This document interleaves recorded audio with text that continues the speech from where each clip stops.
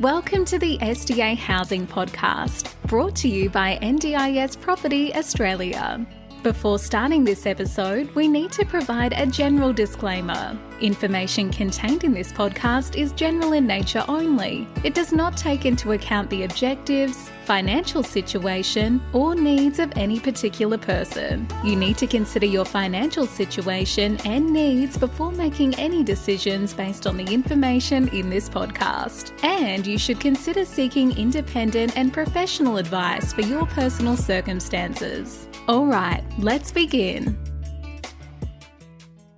Hello everybody, my name is Debbie from NDIS Property Australia, and you're listening to the SDA Housing Podcast, a show that explains, highlights, guides and brings awareness about all things SDA in this ever-changing NDIS world.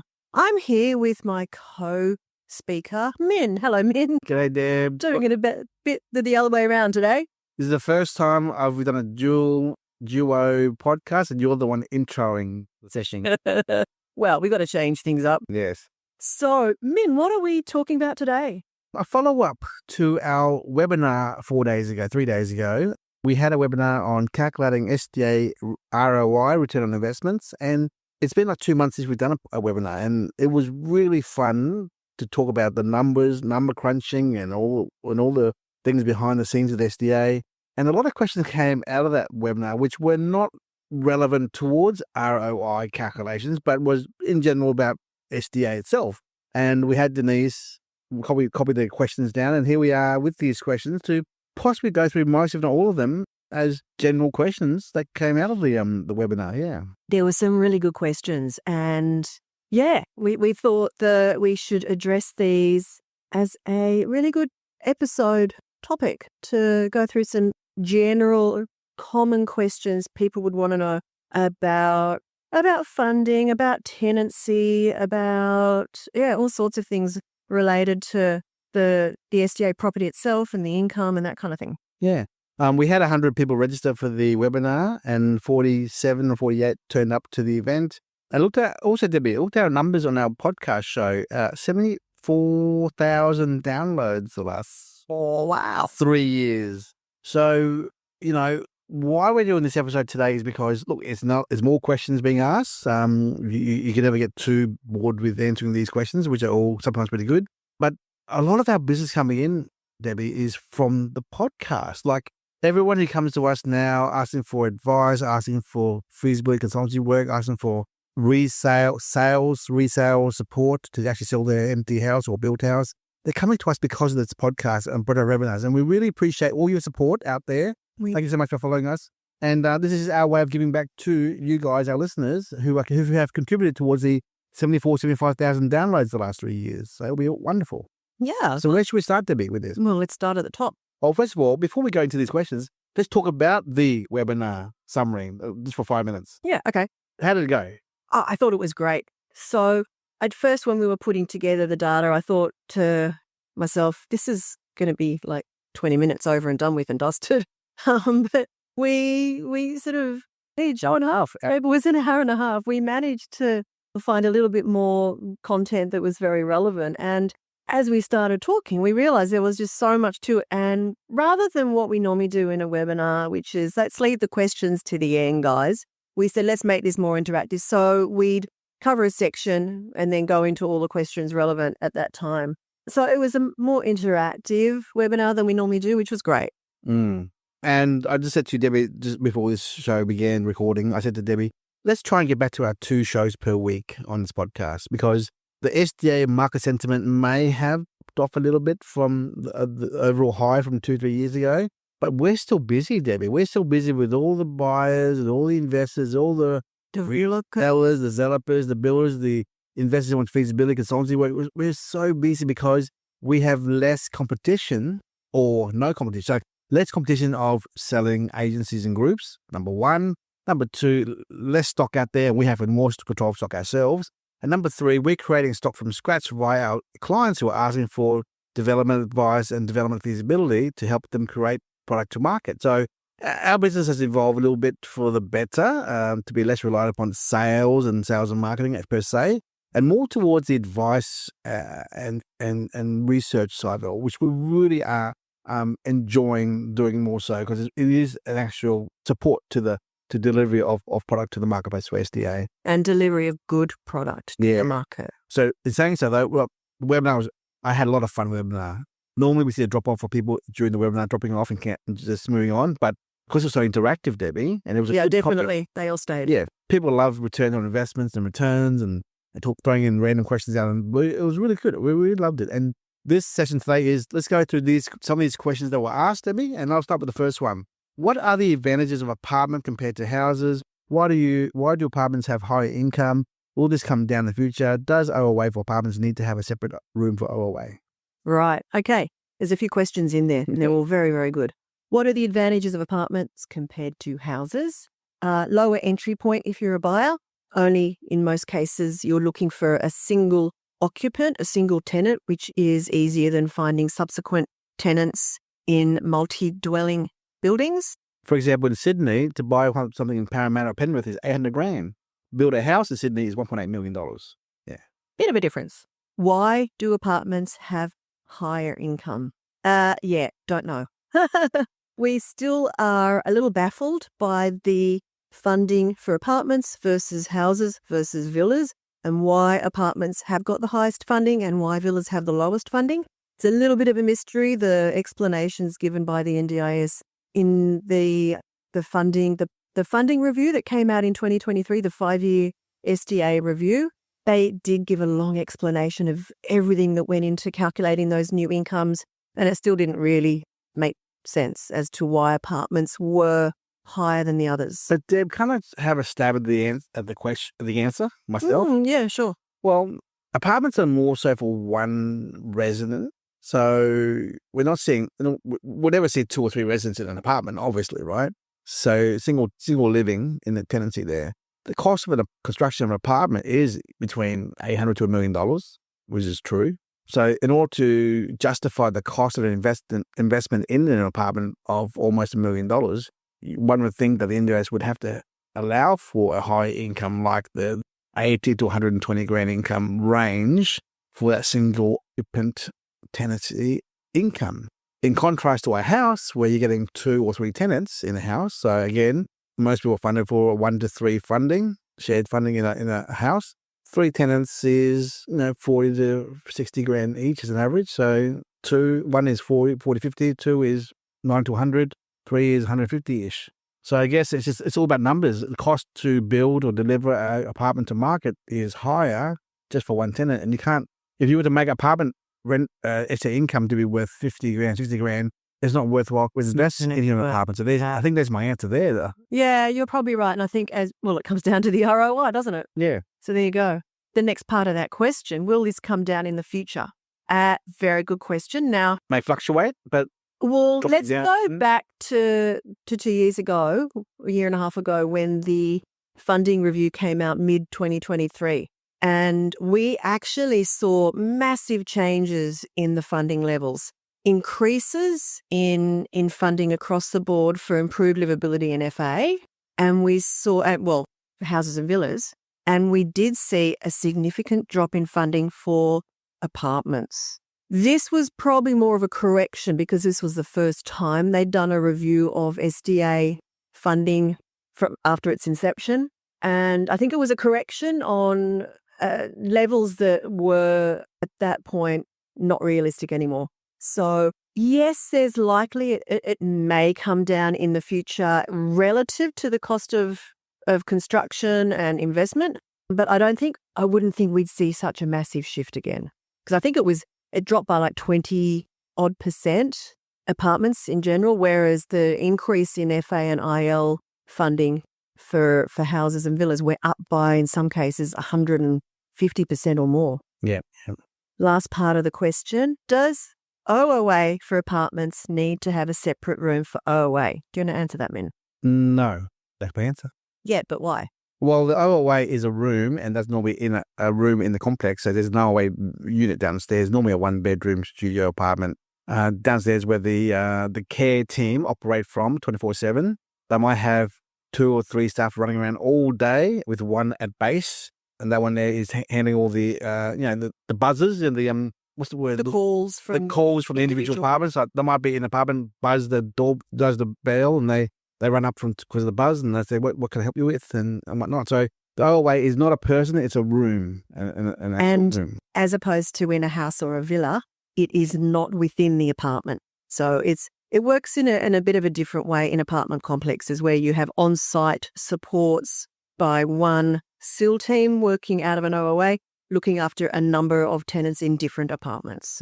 Debbie, on the topic of OOA, there's something I've learned last week, which I never knew, and I told you about this, and you were a bit shocked about this. We always thought it's 1 to 10. In apartments, yeah, 1 OOA for every 10 apartments. But after the first 10, it's 1 per 5. Yeah. Legislation shows if there's 15 units, right, 15 units and 2 OOAs, the first 10, in theory, is for 1, and the next 5 is for 1. So practically it'll end up being 7 and 1, 8 and 1. But if you have 16 apartments, you'd need 3. 3. Or if you have up to 20. Yeah. 10, 1, 5, 1, 5, 1. Yeah. If you have 21 apartments, you need 4. Yeah. Yeah, I didn't realise this. This is little hidden facts within the legislation that you've got to dive deep into to find. I'm still to get a moment to look into that, but I do want to. But we've been told reliably that is the case. I do want to sit down with you, Debbie, and probably Brad from Brighter Living, someone on the top in the future, to talk about the OOA topic in apartments. It's a very contentious topic at the moment. Very contentious, very complicated, and definitely needs more conversation over. Moving on, there was a question from Charles in the webinar. Charles says, does the location impact the funding? Absolutely. So that's what the location factor is.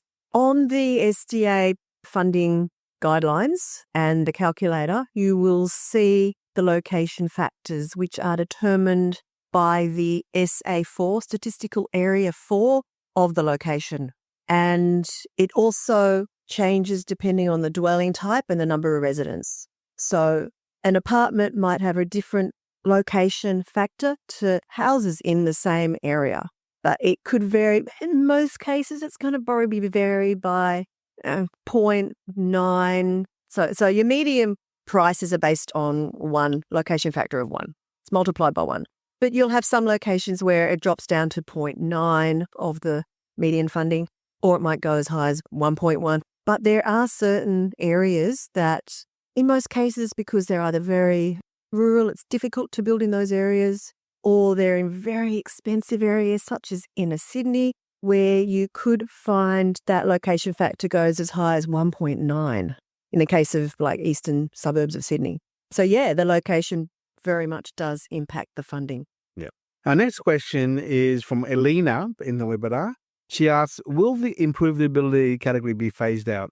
Very good question. We have heard about this for the last 12, 18 months in recommendations that the IL category be phased out. There was a lot of discussion at the time, a lot of concern at the time. What happens to all the IL properties? What is going to happen to all the IL funded participants? What we believed would happen is if there was a way that the NDIS found to do this, anyone currently in the system, any properties currently in the system would be grandfathered in at that level. But we still didn't kind of really know how they were going to do it. We do have a bit more clarity now on what's happening, and that is that they are just no longer giving IL funding approvals. So I guess that's how they're doing it. They're phasing it out in terms of the participants by no longer approving them for IL, but are pushing them straight up into either robust or FA. But in terms of the dwellings, any IL dwellings out there will be grandfathered into the system for the participants, still with IL funding. However, Mim, what are your thoughts on future IL development? It has caused a bit of concern from the investor market. So they buy beware, investor beware, tread carefully. Don't go out there and start building 10 IL apartments tomorrow. Please don't. Just be aware that there always could be changes. And Yeah, at a base level. Yeah. Either go for robust or FA. Yeah. As a design type. Next question is from Tim. Tim had a few questions here in our webinar. How is the funding changing as in the participants to carers, as in there used to be a lot of one-to-one funding previously? I have a robust under construction and it's designed for 1 robust participant per side in the duplex. Will I still be able to get participants on a one-to-one funding or will that change? Okay, so let's just talk about this in particular with robust. Yes, in general, the NDIS are more likely to approve funding on a share basis, 1-2 or 1-3, even in the case of robust. But we do know robust participants in general, the majority of them cannot share. Now, if they've got a good support team behind them who are writing the application to the NDIA to get the funding in the first place, hopefully if that participant has to live on their own, they've proven why in their documentation and the funding will be approved for 1-1. But we do know that a lot of the time the applications have not been put together correctly as per the number of cases that have to go back for review or go to the AAT. So a lot of people that should have 1-1 funding do end up with share funding. So, Tim, expect the worst, which is 1-2 robust funding. Or even 1-3. Yep. And then they will have to fight for that 1-1 via a S48 change of circumstances. And also, on the topic of robust, as you know, Debbie, you and I have discussed in the past, they may be defaulted to 1-2 IL funding, shared funding, and you've got to fight to get the robust 1-1. So, because, Tim, 1-1 funding is about 90 grand. Yeah, it's quite high funding for robust. Yeah. So, and with that 1-1 90 grand SDA funding for robust, there's also probably 400-500 grand, 600 grand funding for care supports. yeah. So there's a lot of money to be given. As you know, the government wants to push back and cut costs, and they're going to make the onus on you, on the participant, to prove why they should get 1-1 funding. Yeah, so we are seeing a lot more participants that should have 1-1 are not getting it, but then they are fighting for it and do end up being approved. So the chances are that you might end up with participants in each side with lower than 1-1 funding, but as long as their support team know what they're doing, hopefully they'll be able to change the funding level down the track, and you will end up with participants with the right funding. Next question is from Woody. Woody? Can we build a house for 3 resident HPS and register it for only 2 resident HPS? And can that be changed back to 3 resident HPS in the future? Yes. Yes. Yeah. You can.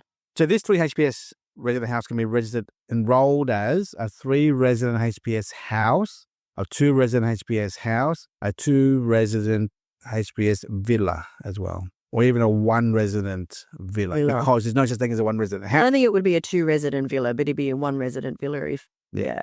Possibly. There would be, I guess, some reasoning that the provider, because the SDA provider is the organisation that does enrol the property, they'd have to give reasons why it's being enrolled at that level. Well, Debbie, some people cannot share with others. Like, even in the wheelchair, you cannot share. And maybe they have 1 resident villa funding, but they've moved into a house because there's nothing else around in the area. So that would be a good reason for the property to be re-enrolled as a different dwelling type. So, it's just a matter of enrolling it, whatever you want. It could be unenrolled and re-enrolled at a different level. Yeah. Next question. How do we know the stats and the percentage of how many across HPS are funded 1-1, 1-2, 1-3 by Wendy? No. Unfortunately, no. We have some fantastic data that comes out of the NDIS, but there's also massive gaps in really important information. And this is one of them. Sure. Next question from Tim again. Can I split the duplex to 1 SDA provider per side and another SDA the other, given whoever presents on participant first? Yes. Yeah.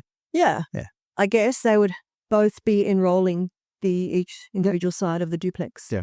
Next question. Salma, as an SDA investor, what kind of support can we get from the governments? From in terms of the investment? SDA. And that's it? And getting into the investment? Yeah, nothing until you actually have tenants in place and you're getting the funding. Yeah, no grants or anything like that. Nothing. Next question, Niraj. If in a HPS house, one participant is HPS funded at 90K and another participant is funded at IL 50K, will the total cost funds received be 100K due to the lesser overall, or is it 140K? Okay, well, it depends on what that funding is. If it is a 2-tenant HPS house, and that 90K is the 2-tenant HPS funding, that will be paid. And if you have that second participant in who is an IL participant funded at 50K, which is probably for 3-tenant, that's what's paid is in their plans, as long as it is not more than what the house is enrolled for, if that makes sense. So you would get the 140K, not the 100. If it was enrolled for 1 to 2. That's right. If the house was enrolled for 1 to 3 and that participant had 2 resident funding for HPS, that would not all be paid because the house is not eligible to get that funding. If it's 1 to 3, it's about, I think, 50-ish. 60,000 HPS. Yes. So you'd only get whatever that level is in that location for the HPS and the IL funding in addition to that. Yeah. Next question from Charles again. Is there a difference between carers and ROI? Well, yeah. The carers are the carers. They're the actual people that look after the participant or participants. The OOA is literally the room. Yep. It is an office essentially for the care team on the premises. Moving on from Tim again. Location factors. If an area have a 1 plus, as a 1.00 plus factor when you build, could it be a change to a 0.88 factor in the future? If so, what will change? Okay, this again goes back to that 5-year funding review. We did see location factors change, but I don't imagine it would change that much. Yes, it could change, probably not massively. Also worth knowing though, when those 5-year reviews come through, the new prices and the new location factors are relevant for properties built from that time on. So whatever the location factors are and the funding is when your property was enrolled, remain. So it won't change, no. Next question from Tim again.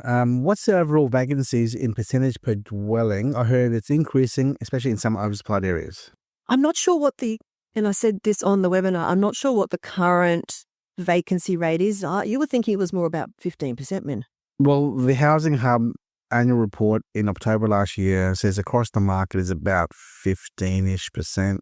Look, there is no, to answer your question there is no answer out there. There's no stat to show that. And yes, it's going to be far higher in oversupplied areas, obviously.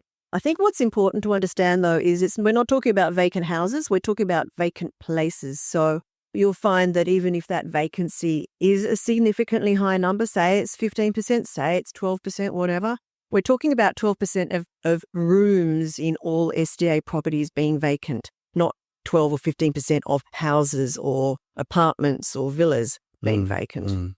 Next question from Wendy again. When interviewing potential SDA providers, do you need to then ask what participants and their funding are on their books as well as what participants and their funding are on their wait list? You can ask, but I don't think you're going to get an answer. Because the lack of information is going to show how weak they are as a business. And number 2, it's confidential information. Number 3, you could be a competitor trying to sniff out their books and try to steal business. So it's going to be hard to get that kind of information from a business like that. Question again from Budi. As the supply increase, will these funding come down drastically? Already there are suburbs with oversupplies. Again, this comes down to the 5-year pricing review. That's the only time that the funding will change.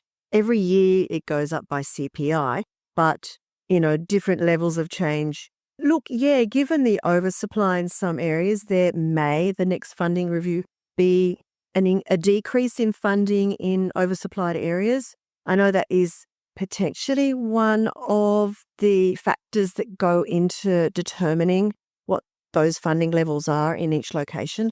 So, yes, they could come down. I wouldn't say drastically, but again, it's only going to then be applicable to any new builds coming on after that date. Cool. From Tim. A dumb question, but if a new building comes online in 2024, does that build funding keep changing from year to year completely?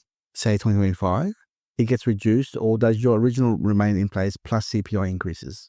Exactly as my previous answer, your funding just increases by CPI. It does not change. It does not get reduced. Okay. Next question from Thomas. Do you have an indication from SIL providers as to which areas and type of dwellings are most in demand?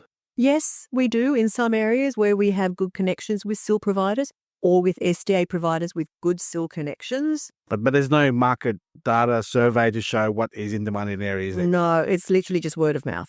But you know what, Debbie? I mean, if they looked at the public supply and demand information and also the quarterly reports from NDIS, NDIA every quarter, you can see what's in that area. You can see what is already there. You could sort of gauge the numbers as to what's, is needed for the area. So the process of, deduction and calculations and averages is my answer. Yeah. You can. Yeah. And look, just one of our little secrets I'm giving away in terms of our data reporting is looking at how many properties in the area are older style, the existing and the legacy.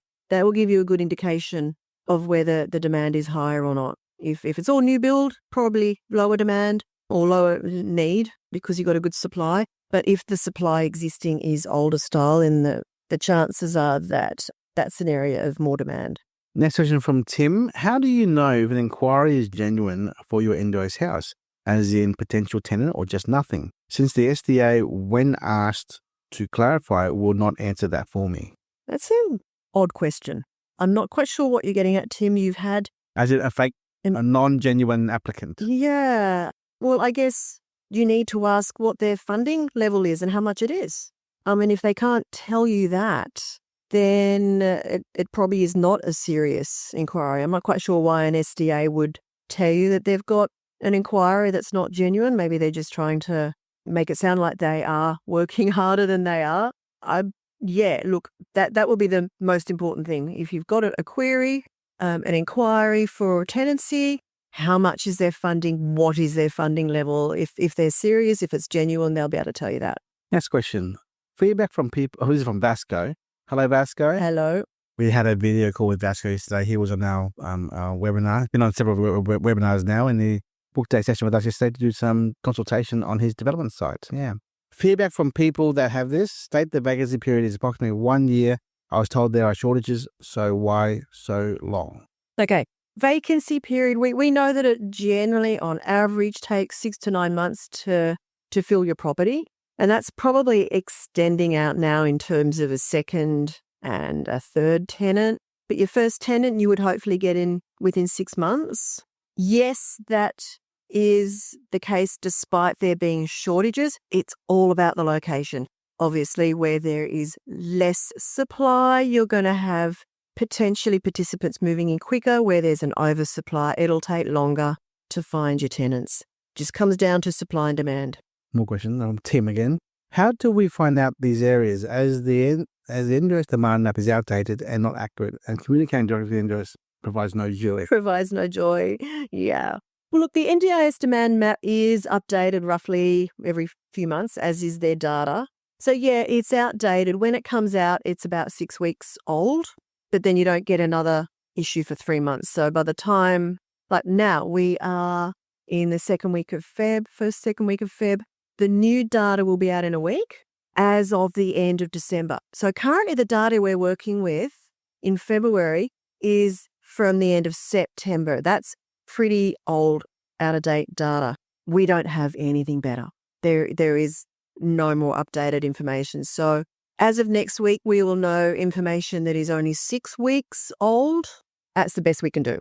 And you're not going to get any joy out of the NDIS on more clearer information, I'm afraid. Next question. Please provide the list of oversupplied areas. Lindy Raj. Okay.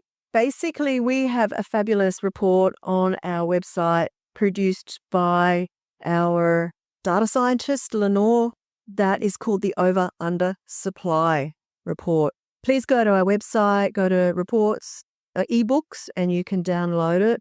And it will give you a good at a glimpse every SA4 area in Australia, and whether it's oversupplied, undersupplied, or sort of on par with what it needs to be. Cool. Our last question from the webinar was from Eddie. Can SDA providers enter into early agreements once they say development approval is attained? Maybe. I think Probably not. there's a provider management agreement with the investor. In theory, you can. Yeah. Not likely. I mean, it doesn't do anything. Yeah. And You're not likely to get a provider who will go into a management agreement at that point. They're going to certainly want to see the site under construction. I'll go to market and assess the market demand. Yeah. And also, Eddie, why would you tie yourself up with one provider before construction even began when you may have chosen the wrong one? You want to suss out who the ideal providers are to engage to work with to give you the best chance of occupancy on all your SDA rooms. place? I mean, I know it's kind of counterintuitive because you would think, well, let's connect with an SDA provider. They've got the clients who need the housing. Let's work with them and build the right kind of housing. It just doesn't work that way, unfortunately, because by the time you've got a development off the ground, that could be 18 months, could even be 2 years from start to finish. Those participants have long since found homes. They're not waiting around that long.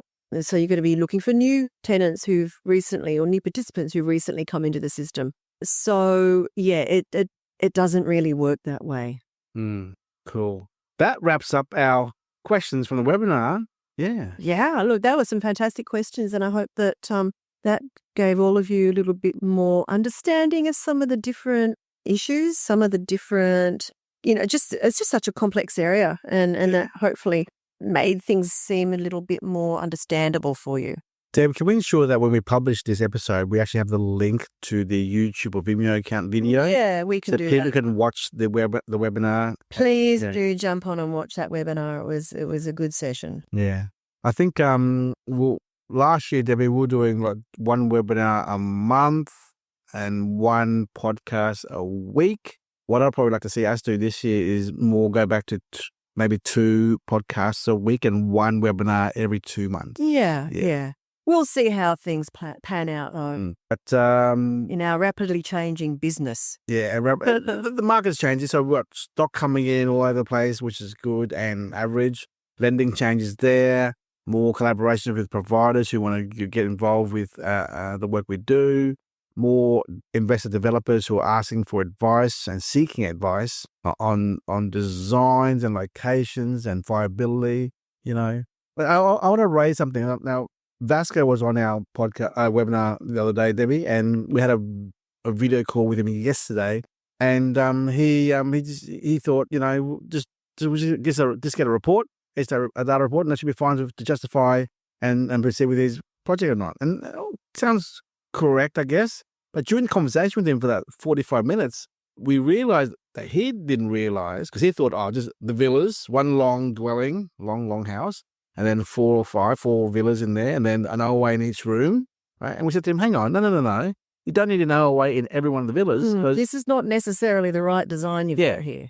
And he'd already spent 150 grand on site works and design and DA and all that stuff. So again, look, commending him, great work for what he's done, yes. But again, there's always a little things in the big plan, the concept plan, the big project, which can be improved upon. And the suggestion I gave him was, well, have an OA room unit separate to those 4 in the dwelling and keeping that additional room in there as a spare room. Spare multi-purpose room in each dwelling. In the individual villas. So again, we're here to help. We're here to advise. If you have any questions from your sites or your projects or need help with marketing, procurement, support to find participants or find a provider, please reach out to us. We're here to help.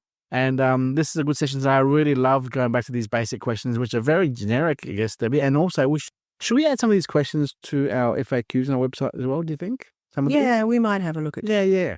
So I'll be, please send us any questions you have, and we'd love to add you on our podcast if you're an investor, good or bad experience. We love answering questions. Yes, that's all we do here. Crunching numbers, answering questions, and trying to give back to the community here. So we've hit 74,000 downloads. I think we'll be hitting, the more podcasts we do, Debbie, the more downloads we'll get. So hopefully I want to see us hit 100,000 downloads by the next year or year.